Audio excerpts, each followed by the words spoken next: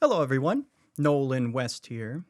I have been thinking a lot about why our country is so divided. I mean, it seems like the one thing everyone can agree on is that our country is horrifically divided.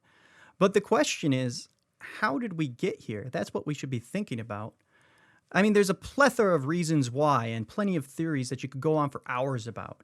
But the one thing I want to look at is much deeper than most of those. And it really comes down to the entire infrastructure that modern businesses, including social media, is built on, and that's data analytics. Data analytics is a powerful tool and is in no way intrinsically bad. I mean, it's allowed companies, in exchange for personal data, to offer free services that have benefited consumers tremendously, if we're being honest. But it has completely changed the incentives in the marketplace to systematically divide our country into isolated groups that don't understand each other at all to make an easier, more efficient profit. It has taken our beautiful system of government and turned it against itself. Our country is uniquely susceptible to this. Because we are a young, very young country built by waves of immigrants, unlike the rest of the world, we don't have a millennia of shared history to bind our society together. We were united by the possibilities in America. The American dream. If you work hard, anyone can be anything in America. And that dream is why millions and millions and millions of people have poured into this country since its inception. The application of personal data has methodically destroyed the ties that bind us to that shared dream. And it's completely changed the incentives in the market to divide us rather than unite us. America is the most market-driven country in the world. American consumers direct where our country and the rest of the world goes. And with the explosion of free apps and platforms, Americans have turned over every shred of their personal information to third parties. And this information is then used to market to people on an individual level, which is an entirely new way of marketing. Before, companies had to rely on focus groups and basically guesswork. But now businesses, media organizations, and political parties can target their audiences with laser-like precision. There's no need at all to appeal to the whole country to make a profit. That's ancient history. Now you can just zero in on your most profitable audience and virtually ignore the rest. It's just simple economics. Because niche audiences are now very profitable. And this has fundamentally changed the lives of the vast majority of Americans. The number of shared experiences we have as a country has dwindled to nothing. Before the internet, we largely got our news and entertainment from the same sources. Americans had common bonds, believed in the dream, and that spread binding emotions beyond our immediate circle. Our popular culture, built around the American dream, was a unifying force. Now we have virtually no shared societal fabric.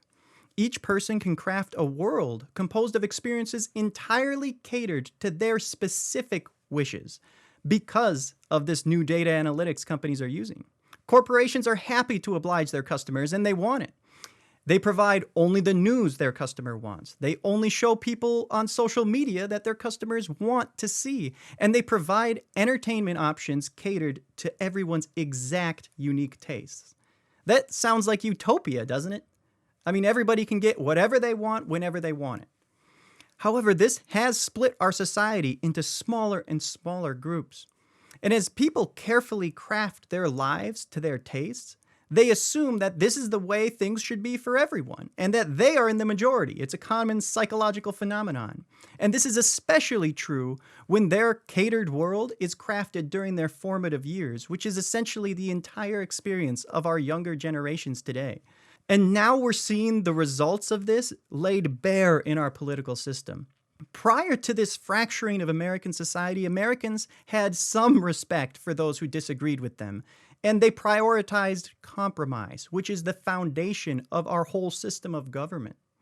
Not since the 1860s did Americans feel compelled to storm the Capitol or burn down cities if society wasn't unfolding the way they liked. Americans have fewer shared experiences and less contact with differing points of view than ever before, and it's by our own choice. It's no wonder we're so divided. And this has now infected our politics to the point where the biggest names aren't known for great legislative achievements. They're known for exclusively stoking hatred for their political opponents and dunking on them. Politicians no longer even bother to craft their message to speak to all Americans, but thanks to data analytics, they have algorithms to target people who want to be enraged. And enraging people is always good fundraising. And it's not like we can put the genie back in the bottle now. Data analytics is here to stay because it is a crazy efficient and effective tool. That's why it's ripped through our country so fast. And this means we have to learn to live with it. Government is not going to be able to save us from this problem. There's no chance of that. So what can we do about it? Because that's what we should be thinking. That's what I asked myself, and that's literally why I decided to make this video right here. It's up to each individual to do their part. We all need to be discerning in the content that we consume, and we need to really listen, and I mean really listen, when someone disagrees with us. Yes, there are people who seem completely insane, but you got to remember that the crazy people are in the extreme minority. There are far more sane people in this world. They just aren't nearly as loud. We know this. So let's stop letting the algorithms enrage us through doom scrolling on Twitter and Facebook. No external force is going to save us from this. We have to do it ourselves. So if you want to make the world a better place for future generations and save our country, share this message and don't block out everything that you disagree with. Just listen, engage, process it. We need the sane people among us to get loud, because the extremists have run this show for long enough, and I don't think our country can really take much more of this.